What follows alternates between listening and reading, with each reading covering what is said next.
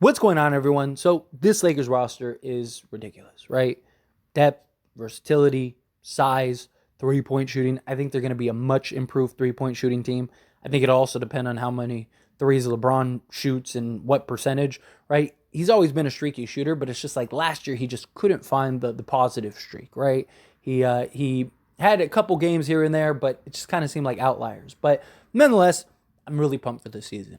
I cannot wait to see how this Lakers team performs, how they mesh together. The beauty is that the core guys, right, they already have some built-in chemistry, some built-in experience together, right? It's not like an entirely new team that you're throwing together. Yeah, you got several new pieces, got several new components, but like the starting group is all going to be guys that have already started together, that, played a couple games during the regular season, although it was only like 8 games fully healthy. But during that playoff run, right? You had that grueling playoff run to get to the Western Conference Finals.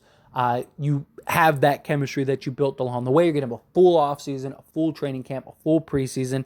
Austin Reeves is fully emerged now. He's taken over the entire world at this point now with Team USA.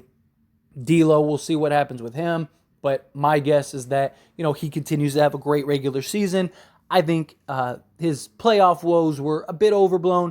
It wasn't just on him, but I get it. Nonetheless, it's disappointing. It was upsetting. But I think, look, you got a whole new season, right? With this depth, with this roster, with this talent, you're going to be able to manage minutes. You're going to be able to keep guys healthy, especially LeBron James and Anthony Davis. I think that they're going to be the top defensive team in the league. I mean, they were last year post-trade deadline, and I think they added more size, more length, more versatility on the defensive end. So my guess, they're going to be a top defensive team. I think that they're going to be top 5 offense at worst, right? I mean, this was a team that was 7th last year. I think that they averaged like 120 points per game. And for those that think like, oh, that's too much, they averaged 116 last season. So to think that they can't average 4 more points with Austin Reeves now emerged, a full season of D'Lo, a full season of Austin Reeves, and the rest of this roster, I don't see how you can't come to that conclusion, which means if they do average 120, they would be number 1 in offense, because the Sacramento Kings last year were number 1 in offense, and they averaged 120 points. So Lakers could be top defense, top 1 to 3 offense. And that would very likely put them as one of, if not the best teams in the entire league.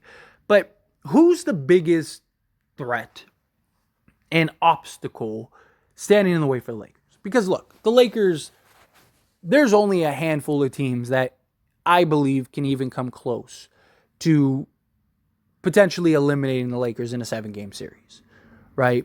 And none of those teams are like, I don't think it's the Grizzlies. I don't think it's the Warriors. I don't think it's Dallas. I don't think it's Sacramento. I don't think it's any of those teams, right? So who are the teams that could give them a real run for their money?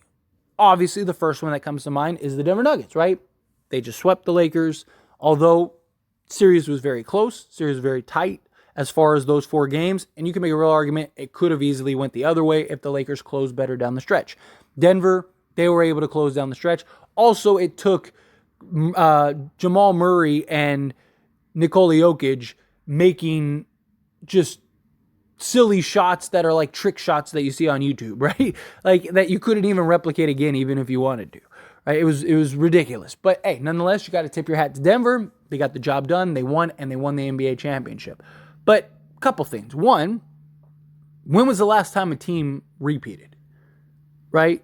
And now, technically, they don't have to repeat to beat the Lakers. Like, what if they play the Lakers in the second round, right? And then they lose to Phoenix or somebody like that, right? Okay, well then, yeah. But the last team to repeat was the Golden State Warriors with Kevin Durant. It's been Toronto, it's been the Lakers, it's been Milwaukee, it's been the Warriors, and then this past year, the Denver Nuggets, right?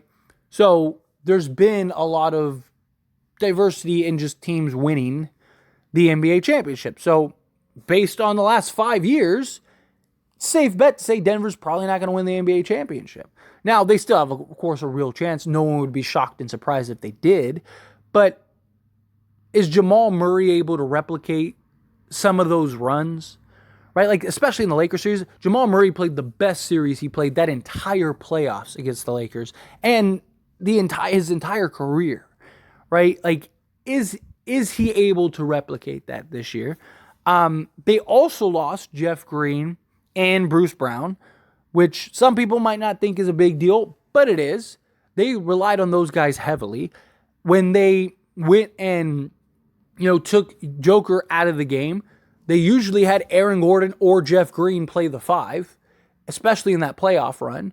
And that's a guy that was a veteran leader, that had experience, that wasn't afraid of the moment, that did a lot. And then Bruce Brown was arguably the third best player, especially at times, right? He was their sixth man. He was huge for them off the bench. They lose that. Now they're going to be leaning heavily on, their second-year player in Braun, right? So it's not really set in stone. But you got to put Denver on the list, right? Because, again, they're going to be there. They're going to be tough. They're very likely a team that could come out of the Western Conference again and win another NBA championship. So they're definitely up there. Beyond Denver, I think you have to put the Phoenix Suns in the conversation, right? Because, one, Phoenix on paper, like if we just gave NBA championships based on paper, give the Phoenix Suns the chip now. But we have seen a lot of super teams, and I mean, even the Lakers have had several that just didn't win, right? And had their struggles and had their clunkiness and stuff, right? And so how is Phoenix able to make it work? Right? Now, I will give Phoenix credit. They filled out the roster better than I thought they would. They were able to go get Bradley Beal, which is definitely an upgrade over Chris Paul. But fit-wise, I don't know if he's an upgrade over Chris Paul. Their plan is to have Bradley Beal play point guard. Now, Bradley Beal has averaged 5 assists a game for his career. So, he is a guy that's capable of making plays. But there's a big difference between I'm the guy, and I get to go get my 30, and here and there I can drive and kick out to guys, and I can set other guys up, right? There's a big difference between that to I go to a team in the Phoenix Suns where I'm the third guy, not the second, the third guy, and now my job is to make sure I set guys up, rather than like if you do. Like if Bradley Beal didn't get an assist a game, it wasn't a big deal. It was like, okay, like he's not the point guard, right? But if he does that with the Phoenix Suns are probably in trouble, right? So Bradley Beal is now going to have to completely readjust his game, completely change the way he goes about his game, and going to have to go from being in attack mode constantly and being a scorer to like now be a primary playmaker. Make sure Devin Booker eats, make sure Kevin Durant eats, make sure DeAndre Ayton eats. Phoenix is one of those teams I got to wait and see, right? Like, they have the potential to be just terrifying. I don't think they're very good defensively. I think that they lack, like, size. I think that they, I get that they have, like, Kevin Durant and, Bol now and guys like that, but those guys aren't sizable. They are in scale, but they don't play that way, right? Kevin Durant isn't a guy that's going and charging the rim to go grab rebounds and fighting over. Like, no, he's perimeter oriented. Bol is that a lot too, right? Like, it's just there's offensively they're probably going to be very good. They're probably going to be very tough to stop, but can they get stops on the other end, right? And I just think the Lakers are going to be the best defense in the league, and I think they're going to be top 5 offense at the worst. So I think that they're going to have the offense to keep up with Phoenix. Phoenix isn't going to be able to get the stops, and the Lakers will. I also think that that's going to be a thing with Denver. But look, Lakers had number 1 defense last year, and they weren't able to stop Denver. But I'm not fully sold on the Phoenix Suns, right?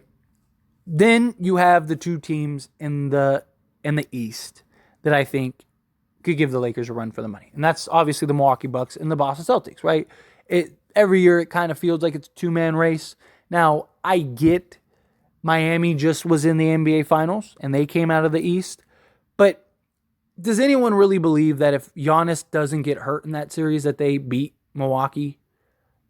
Seriously, I don't. I don't. And I was rooting for Miami. I love Miami. Jimmy Butler is one of my favorite players. That dude's an absolute dog. But they weren't beating Milwaukee if Giannis was fully healthy and able to run through them. But that's the NBA, right? Your job is to beat the opponents in front of you. That's what Miami did. Boston was still fine and should have won, and they didn't. They lack mental toughness. But Milwaukee is definitely a team that's there. And if they're healthy, they're tough, right? They're going to be very tough. But I think the Lakers have the size. I think they have better depth. I think they have better versatility. I think they are younger, right? I think they have a lot of guys that can help kind of wear down Giannis and just make things difficult for Giannis over the course of a 7-game series if they were to meet Milwaukee. I think the Lakers match up beautifully against Milwaukee and the Celtics, right? To be honest, I'm not... I don't want to say I'm not worried about the Celtics. I mean, I'm not worried about the Celtics, but I don't want it to come off as like, I don't think the Celtics could beat us, right? The Celtics are very good, and they got depth, and they're going to be a handful. But I would, at the same time, I wouldn't be shocked if the Lakers beat them in like 5. Because the biggest problem the Celtics have, and I've said this every year, it's the reason I keep saying that they're not going to win. They lack mental toughness. They don't have mental toughness. They're too predictable. It's a lot of isolation. It's you go, I go with Jason Tatum and Jaylen Brown. Jason Tatum completely disappears when they need him most, right? And it's just, they went and got Kristaps Porzingis, which I don't think fixes any, like, their issue wasn't offense. Their issue wasn't even defense. They were the only team in the league last year that was top 5 in offense and defense. Their issue is they can't show up for big, meaningful games and moments. Right? They're not mentally tough. And they just traded their most mentally tough player, their leader, their hard-nosed, get-after-it defensive player of the year guy, and Marcus Smart. For a guy in Kristaps Porzingis that's injury-prone and an offensive guy and a perimeter guy. Like, he likes to shoot threes and shoot out on the perimeter. Like, he's a better Al Horford.